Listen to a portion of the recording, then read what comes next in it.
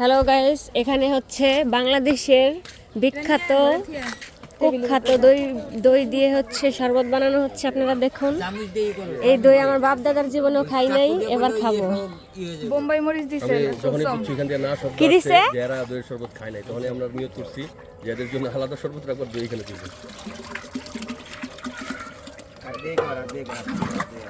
এরা দইটা বাপুর পাশে খায় না। তুই হাত দিছিস চেক কর হাত দিয়ে এলো ই বালি সহ এখন পাতিলের ও পানি দিয়ে দাও, ধুয়ে দাও। এই শালা আচ্ছা তোর বাবা জানি দেখ দিস না।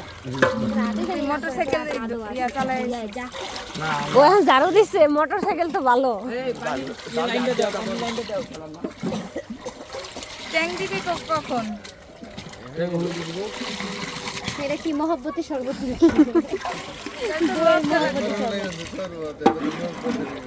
শরবতের মেইন হোস্ট কে?